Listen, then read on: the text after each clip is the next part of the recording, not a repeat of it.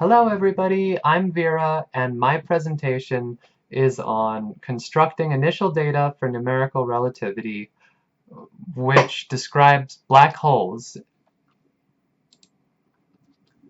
In the beginning of my presentation, I'm going to begin by reviewing the derivation of the ADM equations, and I'll talk about a couple of decompositions for the constraint equations, which I'll talk about when we get there if you don't know what those are already.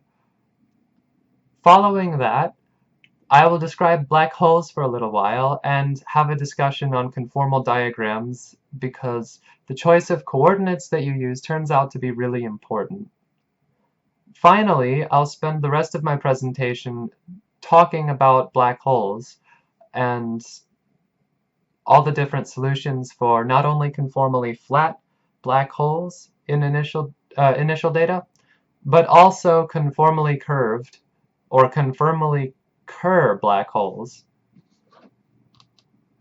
I'll begin with an introduction to numerical relativity.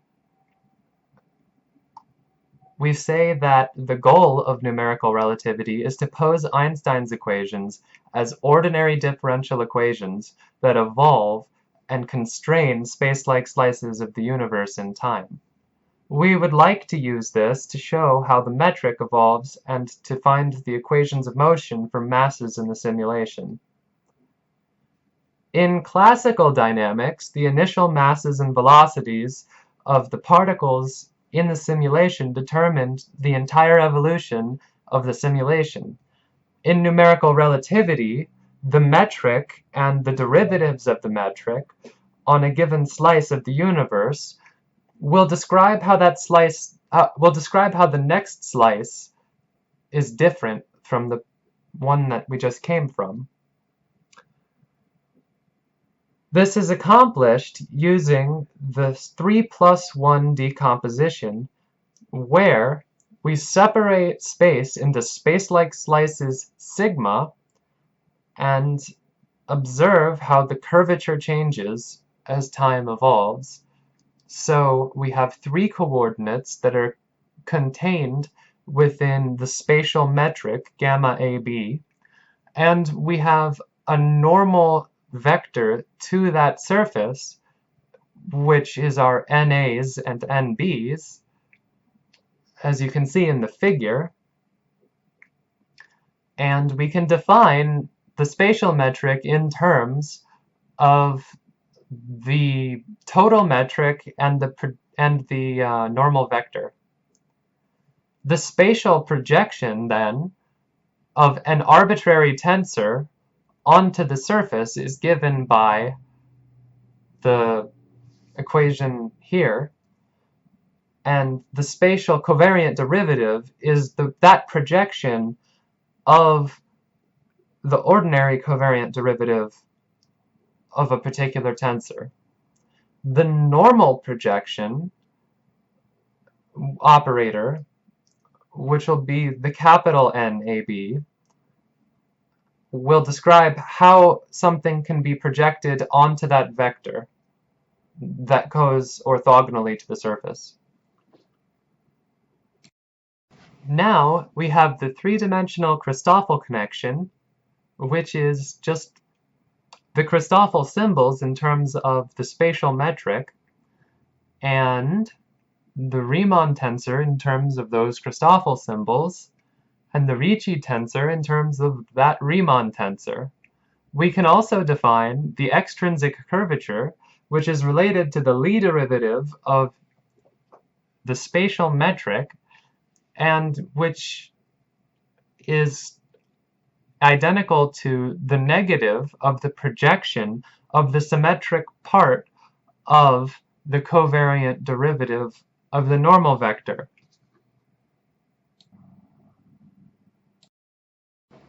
Next, we'll talk about some geometry. We define two useful quantities, the lapse and the shift vector, which describe how a point on one surface is mapped to a point on the other surface. This is a diffeomorphism, if you know what that is. Now, The lapse describes the proper time interval measured by observers as they move from one slice to the next slice, and the shift vector describes the spatial interval traversed by the same translation, by that diffeomorphism. If you put the two together in a linear combination, like is shown in the box, you can define the time vector, which describes the total space-time interval that one point traverses to get to its corresponding point on the next surface.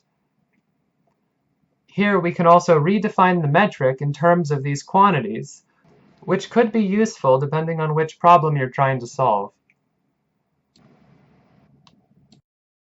We'll now move on to the equations that govern numerical relativity, starting with the metric gamma ij and the extrinsic curvature kij. These are the quantities evolved in the dynamical evolution of numerical relativity. Choices for these quantities will define coordinate systems and problems. They are both symmetric rank 2 three-dimensional tensors, which have 12 independent components between the two of them. 4 of these degrees of freedom are limited by the constraint equations, and 4 of them represent coordinates. The remaining 4 are dynamical degrees of freedom that will help you decide on what problem you're trying to solve and what you're physically simulating. Here we present the standard ADM equations, which are the first set of constraint and evolution equations that many people study. There's the Hamiltonian constraint equation, which measures the energy of the system. There's the momentum constraint equation, which is related to the conservation of momentum. There's the spatial metric evolution equation, which describes how the spatial metric changes from one slice to the next. And there's the extrinsic curvature evolution equation, which describes how the extrinsic curvature changes from one slice to the next. Here, R is the Ricci scalar, and K is the trace of the extrinsic curvature. In summary, then, the evolution equations will drive the simulation forward and express the quantities on one slice in terms of the quantities on the previous slice, and the constraint equations limit our choices for gamma ij and kij, which is going to be useful because we need to define these quantities in terms of something in order to have a physical simulation. On the previous slide, I described the ADM equations, where the 12 degrees of freedom we have in numerical relativity were consumed by gamma ij, the spatial metric, and kij, the extrinsic curvature. We can also describe these same degrees of freedom differently by breaking up the extrinsic curvature, as you see on the second line, into its trace and its traceless component. The transverse traceless component of the traceless component will absorb 2 of those degrees of freedom, and the longitudinal traceless extrinsic curvature will describe the other 3. Here we see gamma ij equals psi to the 4th gamma bar ij. Well, what does that mean? That means that we would prefer to describe our problem in terms of a simpler metric, gamma bar ij, and that we'll use the physical meaning of the problem to decide on what psi should be so that we can transform back into our coordinate system that we're using for the simulation. So here, a bar over a variable, and for the rest of this presentation, this is what this means. means that we've transformed into the coordinate system of gamma ij bar by multiplying the appropriate number of psi's and performing whichever other calculation needs to be done to transform the coordinates. So, with the extrinsic curvature broken up like that, we'll see that this will be useful later in certain problems. I should also take a moment to point out that L bar is a vector gradient, that the nabla bar sub L is the vector Laplacian, and that Wi here is a vector potential. So we now have the two constraint equations simplified using this decomposition. This will be useful for some problems and not others. So we'll see another decomposition as well. On the previous slide, we had the conformal transverse traceless decomposition, and on this slide we have the conformal thin sandwich decomposition, which is another way we can represent the 12 degrees of freedom in our problem, only this time we're going to describe the time derivatives of the metric in the coordinates of our spatial metric gamma ij bar, which we'll choose based on the problem. We'll represent these time derivatives by u bar ij. So u bar ij now contains 5 degrees of freedom, which is related to the extrinsic curvature. We'll also describe the lapse alpha in terms of some barred lapse alpha bar, which we are going to pick based on the problem. So here we have the CTS momentum constraint and Hamiltonian constraint.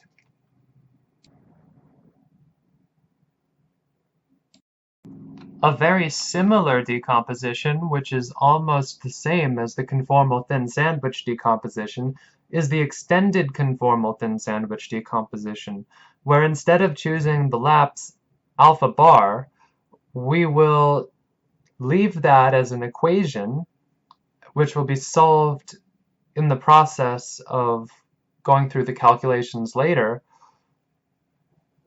and we will choose the time derivative of the trace of the extrinsic curvature. This is usually done to assert that the time derivative of the extrinsic curvature's trace is 0. In the XCTS decomposition, we have here the momentum and Hamiltonian constraints. This concludes the first part of my presentation about an introduction to numerical relativity. So are there any questions up to this point?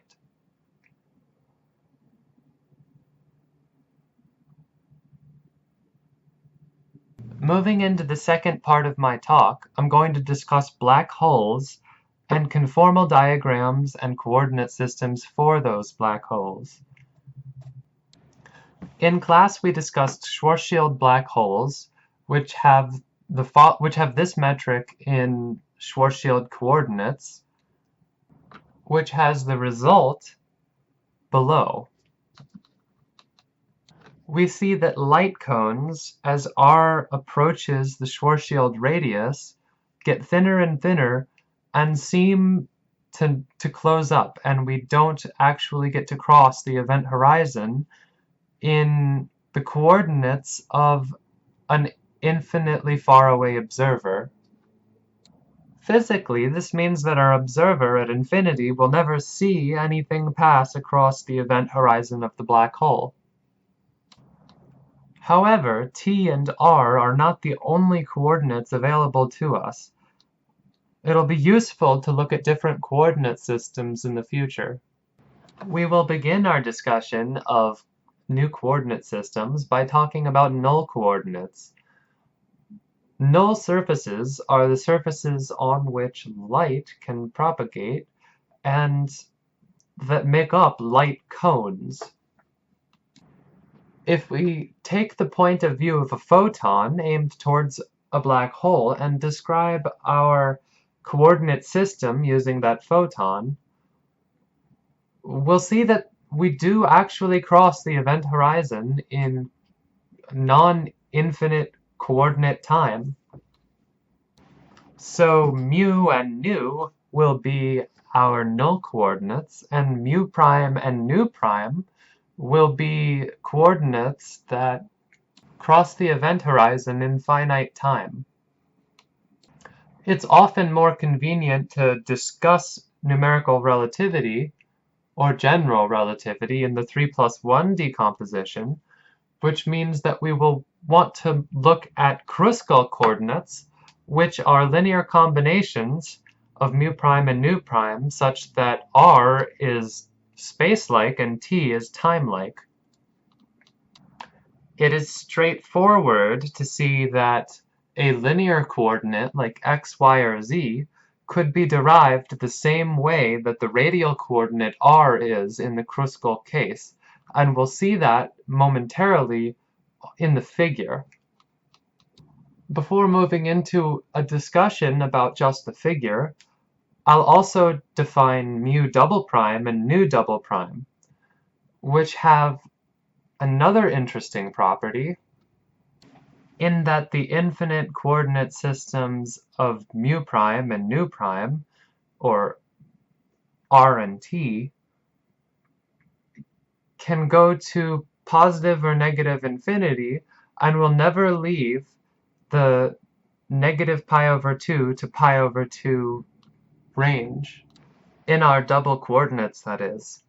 We also see that lines of constant mu and lines of constant nu are the same as lines of constant mu prime, lines of constant nu prime, and lines of constant double primed variables as well. Now, on to the diagram. Our diagram has a time-like and a space-like axis where instead of using the radial coordinate, we're using the Kruskal x-coordinate. In this diagram, we're describing flat spacetime without any black holes. We see that all of space is contained within minus pi over 2 to pi over 2 in our double-primed variables. We have several infinities to describe in this diagram. First, we have the space-like infinity I naught, which nothing, no particle, no light can ever get to from inside the diagram. We also have our null infinities represented by the squiggly eyes, which represents where all the photons in the universe will end up as time approaches infinity, or negative infinity. In addition to our null past and future infinities, we also have spatial past and future infinities as well. On this diagram, those are the I minus and I plus points. But I should point out that even though they're only points in this diagram, they still represent an infinitely wide spatial span. Are there any questions on this diagram?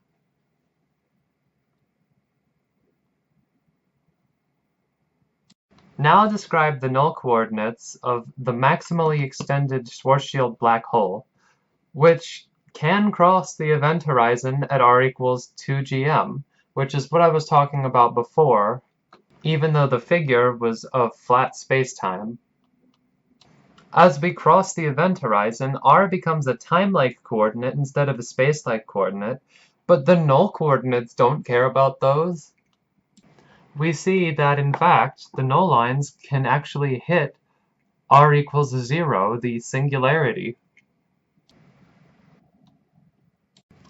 And now we'll begin the final part of my presentation, and we'll get back to numerical relativity. When constructing solutions to Einstein's equations through initial value problems, we are free to specify the topology of the initial hypersurface. For astrophysical black holes, we demand asymptotic flatness, which is that the metric goes to flat spacetime as we get an infinite distance away from whichever features we're simulating. And we also require conformal flatness, which is that we can express the spatial metric as a transformation of flat spacetime, which is an incredibly useful property that we'll keep for now. Eventually, though, we'll have to let go of conformal flatness and look at other metrics. As we return to the Schwarzschild black hole, we see that we have a coordinate singularity as r approaches the Schwarzschild radius of the black hole, which would be 2m or 2gm. If we change coordinates to use an isotropic radial coordinate, then we'll notice that the coordinate singularity goes away. There's a very simple solution for Schwarzschild black hole initial data, but rather than spending time on it, I'm going to move immediately into Bowen-York black holes. Bowen-York black holes do assume conformal flatness, asymptotic flatness, and maximal slicing, which is to say that the trace of the extrinsic curvature is 0. We also use the dynamical degrees of freedom to say that the transverse traceless component of the extrinsic curvature is 0. Bowen-York black holes are useful for vacuum solutions where you have no matter or electromagnetic fields in the universe and your T mu nu is 0. The momentum constraint for a Bowen-York black hole is actually very simple. Solutions to the momentum constraint can be written in terms of Pi and Si, which are the linear and angular momentum of a black hole or a system. So now our degrees of freedom are expressed through gamma ij and through the trace of the extrinsic curvature k, through setting our transverse traceless component of our extrinsic curvature to 0, and what would normally be expressed as a vector potential can now be instead expressed as a function of linear and angular momentum for the system. These solutions are also additive so that you can express an arbitrary number of black holes with arbitrary linear and angular momentum. However, I do not show in this presentation how that is to be done. Unfortunately, Bowen-York black holes do have a singularity on the event horizon. So, in summary, Bowen-York black holes are a vacuum solution where you can describe an arbitrary number of black holes with arbitrary linear and angular momentum that do not penetrate the event horizon of any of the black holes. They can spin. So, does that mean they can describe Kerr black holes?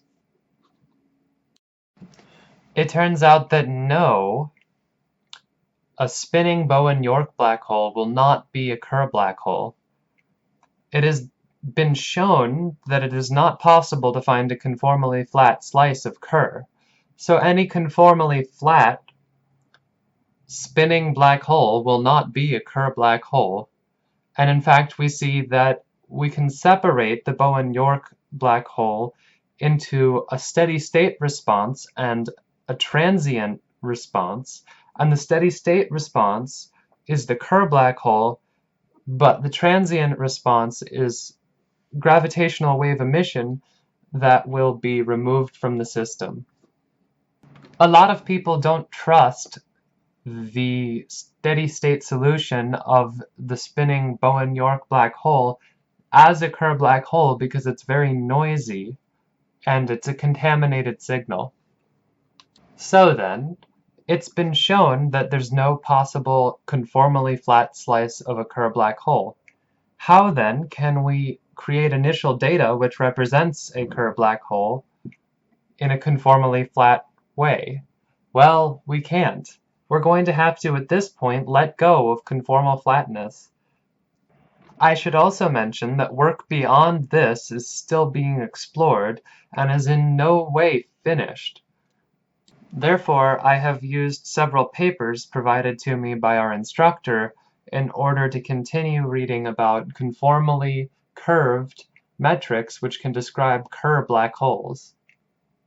For the remainder of this discussion, I'm going to be discussing conformally Kerr black holes. First, I'll describe a choice of coordinates that will be useful in describing Kerr black holes. Then I'll go into an example, the Kerr shield coordinates. And then finally, I will wrap things up by discussing the methods of Ian Rucklin, a former PhD student at RIT, who wrote a dissertation on selecting a conformally Kerr metric in numerical relativity. First, let's talk about coordinates for a Kerr solution to numerical relativity. We already know that we want to use at least one null coordinate because we want to explore the evolution of spacetime behind the event horizon of such a black hole, or the ergosphere of a Kerr black hole. And we need to find coordinates that satisfy the equations below as well if we want our solutions to be time independent. We know that the Kerr solution is a time independent solution. In fact, if we look back at our conformal diagram, I've drawn two null lines on this one in order to show you what the slicing of the Kerr metric will be on this evolution. So, in other words, we're still using a 3+1 decomposition, but the coordinate that we're representing to separate the slices is no longer time-like, it is null. And therefore, we will be iterating from one null surface to the next null surface and exploring spacetime from that alternative perspective, which will allow us to explore regions beyond the event horizon, although we may still need to artificially remove a singularity from the data.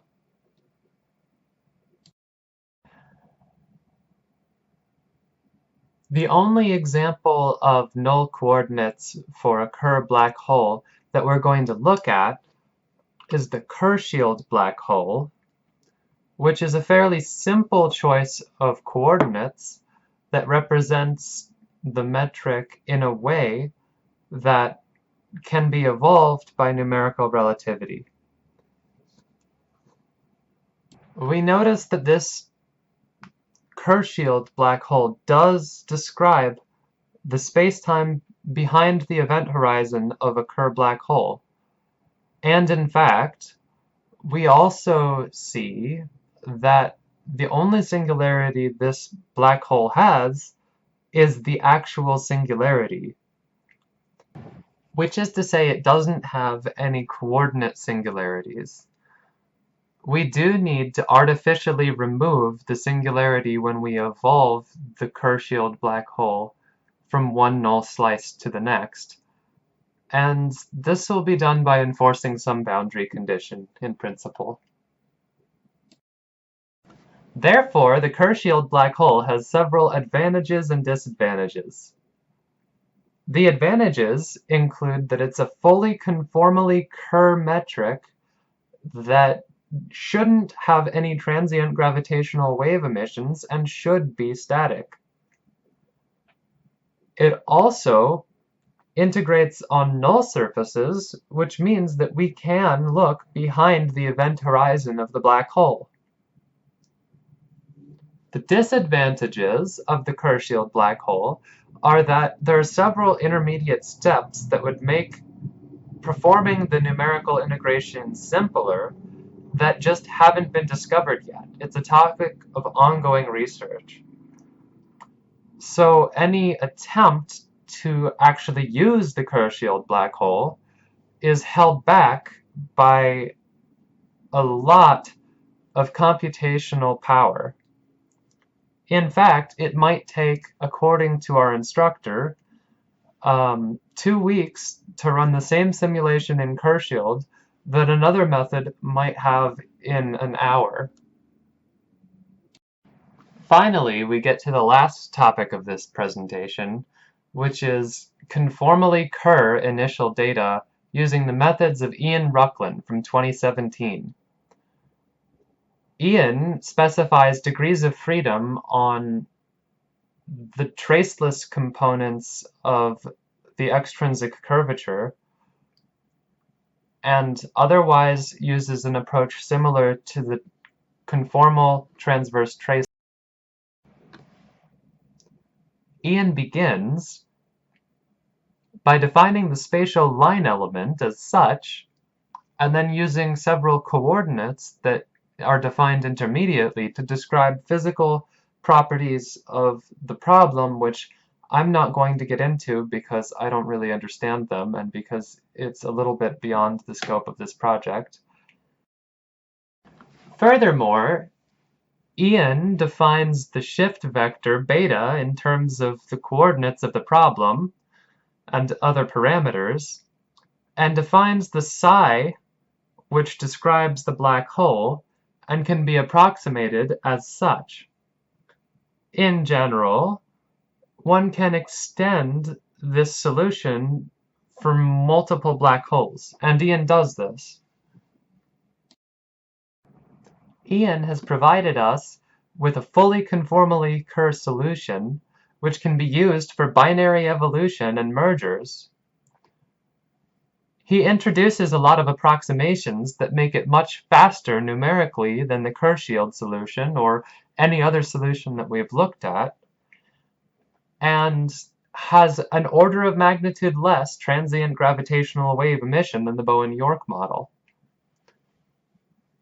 There's a lot more in Ian's paper that I wish I could have had time to understand, but a lot of it goes into the binary evolution, which isn't the topic of my project because I'm talking about initial data. Further work from here could be done in several areas of research. I could look more closely at the binary black hole models that Ian sets up for initial data, and I could look more carefully at the numerical methods that different works use in order to do these simulations. Furthermore, I haven't even begun to talk about neutron stars, and in fact we know that if you want to study neutron stars in numerical relativity, you have to pick an equation of state. And the equation of state of a neutron star is the topic of our next presentation. So I'm going to wrap things up. And are there any questions?